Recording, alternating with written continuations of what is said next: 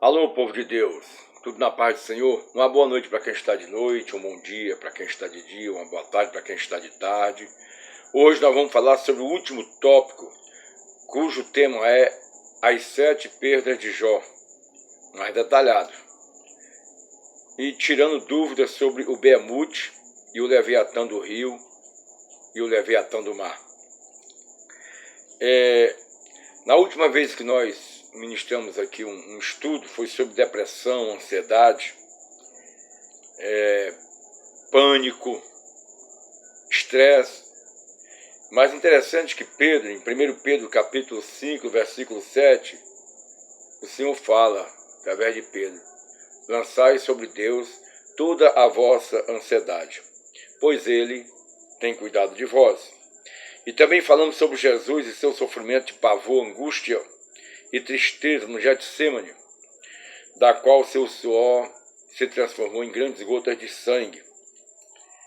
Isso deve ter sido muito difícil, pois ele sabia que ia ser moído pelas nossas transgressões.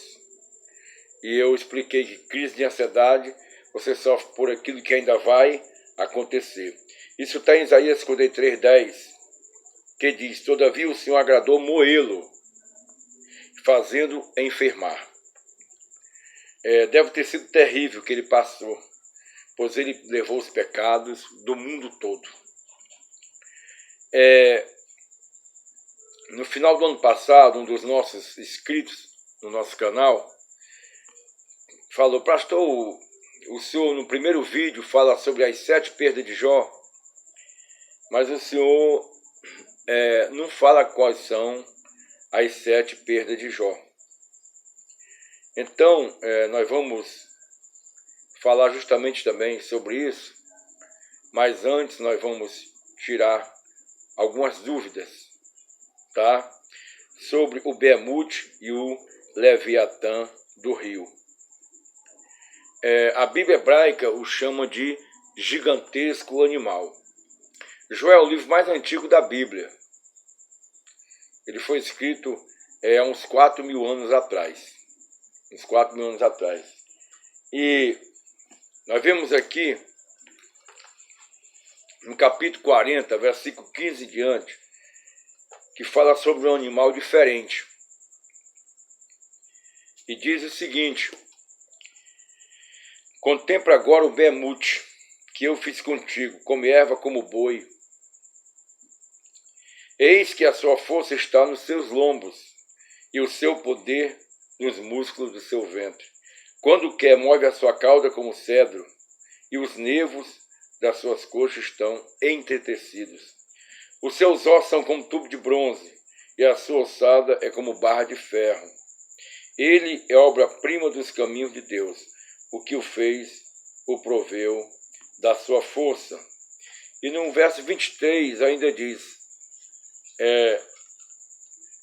o seguinte: eis que um rio transborda, e ele não se apressa, confiando que o Jordão possa entrar na sua boca. Poder-lo-iam caçar porventura à vista de seus olhos, ou com laços lhe furar o nariz? Esse Beemute aqui, alguns comentaristas de rodapé da Bíblia dizem que é o hipopótamo. Outros comentaristas colocaram que era o rinoceronte. E outros colocaram que era o elefante. Eu não sou o dono da verdade, mas eu vou pela lógica da revelação da palavra. Nós temos que ler o texto e o contexto para chegar numa conclusão. Aqui diz Beemute. Contempla tu Beemute. Na Bíblia hebraica, está aqui aberta, ela fala gigantesco animal. Jó 40, versículo 15. Aqui a Bíblia hebraica, cuja capa é verde. Tá? Então eu não acredito que seja nenhum desses três que eu acabei de citar: hipopótamo, elefante e rinoceronte. Por quê?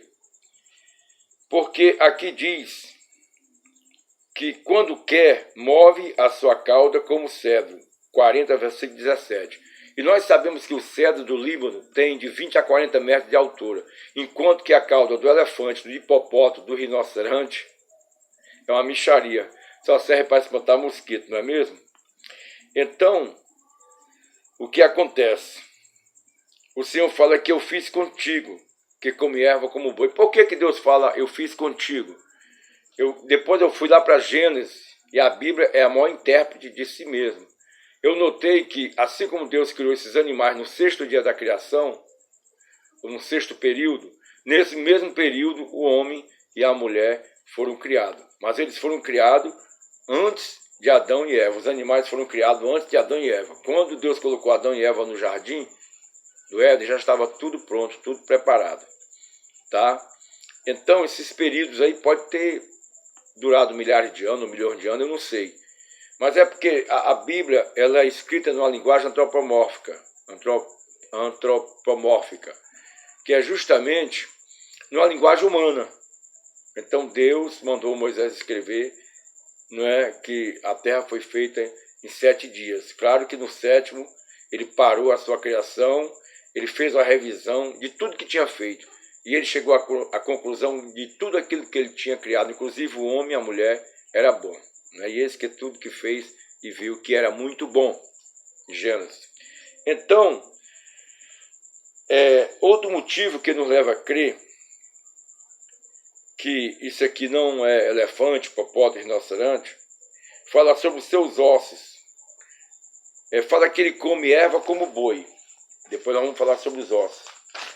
Aqui está uma foto de um dinossauro. As crianças costumam chamar de pescoçudo. Esse dinossauro ele pesava de 70 a 80 toneladas. Chegam a dizer até que ele era maior do que um avião. E maior do que ônibus, né? Maior do que a baleia azul. Nós temos aqui várias revistas super interessantes que falam sobre dinossauro. Então a gente estuda a parte técnica. A gente, para não falar de forma leiga, estuda a parte técnica e vai para a Bíblia e faz esse assunto à luz da Bíblia. Nós temos também dinossauro no Divã da Teologia, Defesa da Fé, fala sobre o dinossauro. Nós temos também, acredite se quiser, Museu Criacionista nos Estados Unidos defende a criação do mundo de acordo com a Bíblia. E o que tem aqui eu já vinha pregando há muitos anos. Tá? Aqui eles acreditam justamente que os homens chegarão a alcançar alguns dinossauros. Eu também acredito. Né? E aqui eles falam que os continentes eles se romperam após o dilúvio. E, como está escrito aqui, diz, nenhum cientista estava lá quando os dinossauros morreram. Só acharam os ossos, que não tinham etiquetas com idades, ignorando também a datação do carbono 14, né, que tem o carbono 14, certo? Então, além de ter vivido entre os humanos, um par de dinos também teria sido salvo no dilúvio. Nós vemos aí os dragões da ilha de Komodo, lá na Indonésia, que para mim eles são descendentes dos dinossauros. Eles entraram na arca. Os outros grandes de 70, 80 toneladas não dava para passar na porta, ficava difícil. Né? E Noé teria conseguido, e como Noé teria conseguido a façanha? Né? Eu estou com uma certa dificuldade de ler, porque está de noite, aqui as letras são muito pequenas. Tá? Os continentes só surgiram como consequência da grande enchente. Antes eles eram uma coisa só. Bom, a Bíblia fala, né? Eu comento nos meus estudos que eu dou nas igrejas, que a terra era um só continente, uma Pangeia. A Bíblia fala sobre isso. E disse Deus, haja a porção seca e água no só lugar. Deus não fala porções secas no plural. Ele fala porção seca e água no só lugar. Eu também tenho uma reportagem aqui, fóssil de um gigante argentino de 95 milhões de anos de idade. E aqui está comparando que um ônibus tem 14 metros, uma baleia tem 30 metros, tá? E ele tinha 40 metros de comprimento. Titanossauro de 40 metros e 80 toneladas pode ter sido o maior da Terra. Isso aqui é uma reportagem de um jornal secular, não é jornal evangélico. Então nós vemos aqui que tudo comprova o que está na Bíblia. Diz que ele tinha 40 metros e 80 toneladas. Esses animais, eles eram muito pesados. Então, seus ossos eram como tubo de bronze. E tubo, vocês sabem que é algo oco por dentro, é um cilindro, ou cilíndrico. Quer dizer, a Bíblia fala isso há 4.000 anos, que os seus ossos eram como tubo de bronze. Quando os arqueólogos acharam os ossos desse dinossauro, uma pequena parte do fêmur, uma menina, aqui está deitada, numa pequena parte do fêmur, tá? É um pequeno pedaço do fêmur. Esses ossos eram cilíndricos, ou seja, eram oco por dentro. Porque os cientistas chegaram à conclusão que se esses ossos fossem maciços, inclusive eu falo isso na live que eu fiz, o meu filho Paulo Natanael, nosso pastor presidente Adilson Henrique. Você entra aí no Facebook de Jardim Nogueira, Iadejan, em Jardim Nogueira. Eu acho que foi do dia 20, tá? De dezembro de 2020, nós fizemos uma live sobre isso. Eu estou falando com mais riqueza de detalhes, porque nós falamos 1 hora e pouco sobre isso, né? Então, o que acontece? Aqui diz que os seus ossos são como tubo de bronze. Capítulo 40, versículo 18. Os seus ossos são como tubo de bronze e a sua ossada é como barra de ferro. Então eles chegaram à conclusão, os arqueólogos e os cientistas, que se os seus ossos fossem maciços, por causa do peso de 70 a 80 toneladas, eles não teriam mais força para andar, tá? Eles não teriam força para andar. Então teria que ser oco por dentro. E a Bíblia já falava que eram como tubo de bronze. E aqui diz que eles tinham de 70 a 80 toneladas. É por isso que eles deitavam no rio, o rio transbordava, entrava na altura da sua boca e não tinha força para o arrastar. Aqui diz, eis que um rio transborda e ele não se apressa, confiando que o Jordão possa entrar na sua boca. Se esses titanossauros de 70 a 80 toneladas, de 40 metros, estavam vivos na época de Jó, eu não sei dizer, não tenho certeza. Jó pode ter tido uma revelação, ou seja, uma visão, que Deus sempre mostrou o passado, presente e futuro em visão aos seus profetas, né? E Jó foi um verdadeiro profeta de Deus também. Ele falou coisas que aconteceram bem depois e que ele morreu sem entender, como ele fala no último capítulo, né? Então, dessa forma que eu creio. E a Bíblia também fala, logo após, sobre o Leviatã do rio. Aí já começa dizendo assim, poderá pescar com anzol o Leviatã, ou ligarás a sua língua com a corda? Podes pôr uma corda no seu nariz, ou com o espinho furarás a tua queixada? Esse Leviatã do rio, eu creio que era um crocodilo gigante. Era o Sarcosuchus. Tudo, é muito provável que era o Sarcosuchus. Era um crocodilo que ele chegava até 12 metros de comprimento. E ele era muito robusto. Ele pesava de 4,3 a 8 toneladas. E a sua mordida tinha cerca de uma força de 3 toneladas, a sua mordida. E a Bíblia mostra mais ou menos sobre isso. O seu casco não entrava arpão, não entrava lança. Aqui o Senhor fala sobre isso. Aqui diz, pode pôr uma corda no seu nariz. Ele tinha o nariz boleado.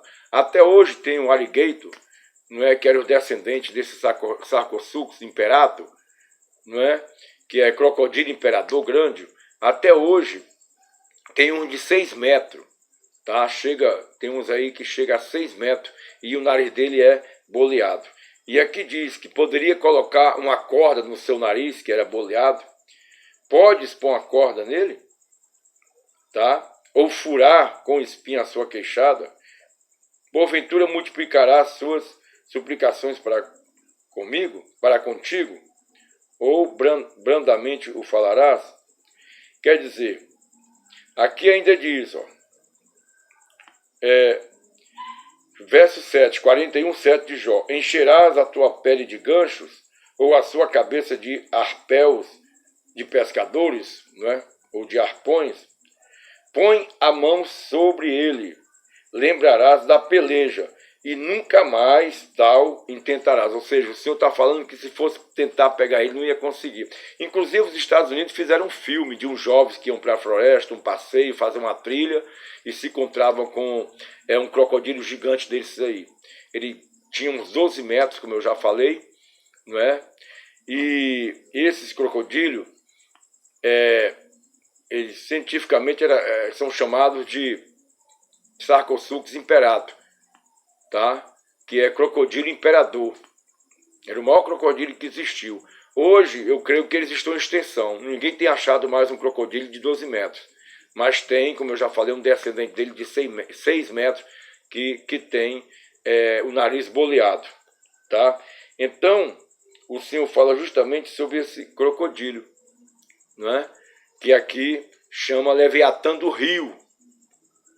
Leviatã do Rio, nada podia pegar ele. E segundo alguns historiadores, ele ficava ali na espreita para pegar alguns pequenos dinossauros, ou filhote de dinossauro, para puxar para dentro do rio, para se alimentar, certo? Então tudo isso Deus mostrou a Jó. E tem também o Leviatã do mar, que está em Isaías capítulo, nós vamos lá, se não me falha a memória, capítulo 21. Vamos lá agora, Isaías é o primeiro profeta, tem Isaías, Jeremias, Lamentações de Jeremias, Ezequiel e Daniel, tá? Então, esse, no livro de Isaías, ele fala justamente sobre o Leviatã do mar. Não é o 21, é o capítulo 27, versículo 1, que a gente se engana também. Tiago falou que todo homem tropeça em palavra, eu também tropeço. 27, versículo 1. Naquele dia o Senhor castigará com a sua dura espada, grande e forte, o Leviatã, a serpente veloz, e o Leviatã, a serpente tortuosa, e matará o dragão que está no mar. Que pena que eu não peguei a revista, ela está aqui na estante. Se eu fosse pegar agora, ia atrapalhar aqui de fazer aqui esse vídeo. Mas eu tenho uma revista aí, que fala de uma história no Oceano Pacífico, de uma raia gigante. Ela já matou 150 ilhéus, pessoas que moram em ilhas, tá? E ela pula em cima de um barco pesqueiro. Segundo a história, ela já destruiu 19 barcos pesqueiros de madeira. Ela pula em cima de um barco de madeira, tritura, mata todo mundo, como eu e você tritura um bolão de açúcar na mão com a maior facilidade. Segundo alguns pescadores que viram essa raia e fugiram e conseguiram escapar dela, ela tem 70 metros de diâmetro. 70 metros de diâmetro. Ela aparece por cima de um barco de madeira, esmaga o barco, mata todo mundo e depois ela some. E essa raia é chamada de Leviatã do mar, nesse lugar onde acontece isso. Eu tenho a revista aí comigo, é uma revista que eu comprei em Teresópolis em 99, quando eu tinha uma Paraty. Eu me lembro disso aí. Estava eu e o irmão Adão, lá da Barra do Imbuí, eu comprei essa revista em 99. E ela vem falando muitos acontecimentos macabros pelo mundo e fala também sobre essa raia. O nome dela é Surpreendente. Não confunda com a Super Interessante que eu mostrei aqui. É Surpreendente. Depois eu não vi mais essa revista em circulação, mas ela passou uma boa época, uma boa parte de circulação. Então, ela fala sobre isso. E ela é chamada de Leviatã do mar. E aqui diz, naquele dia o Senhor castigará com a sua dura espada, grande e forte, o Leviatã, a serpente veloz, o Leviatã, a serpente tortuosa, e matará também o dragão que está no mar. Assim como tem principados e potestades no ar, existe também principados e potestades marinhas. Aqui está falando de dragão, coisa espiritual, pode ser demônios que estão em prisão em cadeia, que serão soltos na grande tribulação. Em Apocalipse fala sobre o Apolion, que é destruidor, e também monstros marinhos. Então esses monstros marinhos eles continuam reproduzindo. Tá? Uma vez eu estava em Itajaí, já estive lá pregando diversas vezes, e Itajaí é a capital, era a capital da AIDS, não é mais, agora parece que depois de 2016 ficou sendo Porto Alegre, e também Itajaí era a capital do peixe, talvez ainda seja a capital do peixe. E eu fui almoçar na casa do irmão, que era atravessador de peixe, de molusco, atravessador de mantimentos e peixe que se compra em navio e vendia para o restaurante, e eu sentei em cima de uma peça gigante, redonda, que eu pensei que era um cepo de madeira, né, usado em açougue, que antigamente você ia comprar carne em açougue, colocava aquela carne num cepo de madeira, né, num tronco, pensei que era aquilo. E ele falou, pastor, você sabe por que você está sentado? Eu disse, não, você está sentado em cima de uma peça, de uma coluna, de um monstro marinho, de um peixe gigante. Eu disse, meu Deus do céu, imagine o tamanho do peixe. E eu tentei arrastar e não consegui. Era uma peça redonda de 1 metro de altura e era uma peça de osso. E que dava para sentar 4 homens, um de costa para o outro. Tá? Então, aqui já falava sobre esses monstros marinhos e também sobre potestades marinhas. Eles vão atacar também na grande tribulação com maior incidência, né? Entendeu? Com maior frequência. E falando agora sobre as 7 percas de Jó, que o irmão pediu, que eu falo no meu primeiro vídeo, eu falo que ia ministrar sobre as 7 percas de Jó, na igreja não falo quais foram as 7 percas. E Jó, ele perdeu os produtos da empresa, Jó, ele perdeu os empregados, Jó, ele perdeu os 10 filhos, Jó perdeu a saúde, Jó perdeu os amigos, Jó perdeu a mulher por um tempo determinado, 7. Mas ele não perdeu a fé. Então aqui está as 7 perdas de Jó. Produtos da empresa, 1. Os empregados, 2. Os 10 filhos, 3. A saúde, 4, por um tempo determinado. A casa, 5. Os amigos, 6.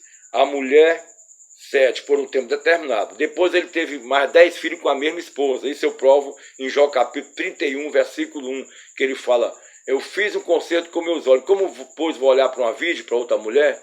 Aí mais na frente ele fala também que ele continua fiel à esposa dele. Até porque quando Jó perdeu tudo, ele tinha entre 45 a 70 anos. Ele não tinha mais do que isso. E naquela época, tendo 45 ou 70 anos, era jovem ainda, né? Entendeu? Então ele tinha mais ou menos nessa faixa. A prova é que ele tinha pai e mãe que no final, no último capítulo, fala que trouxe herança para ele. Então ele não era tão velho assim. Tá bom? Então aqui está as 7 percas de Jó. Só que ele não perdeu a fé. Então estamos diante de uma pandemia que está assolando, mas não perca a fé. A fé é o firme fundamento das coisas que não se vê, mas que se espere. Nós sabemos que a fé remove montanhas de problemas. Então ele perdeu tudo isso, mas não perdeu a fé, e no fim Deus restituiu, né? Duplicou tudo que ele perdeu, Deus deu muito mais a ele, a sua riqueza foi muito maior, e teve mais 10 filhos com a mesma esposa. E as 3 meninas, diz a Bíblia que eram as meninas mais bonitas e mais formosas de toda a face da terra.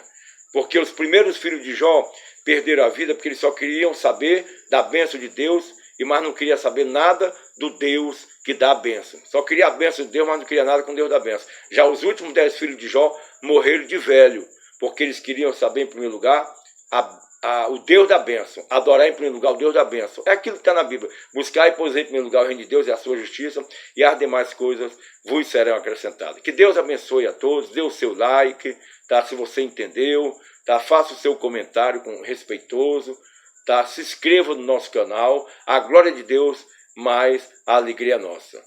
Fique atento que vem mais coisa boa por aí. Que Deus abençoe. Amém.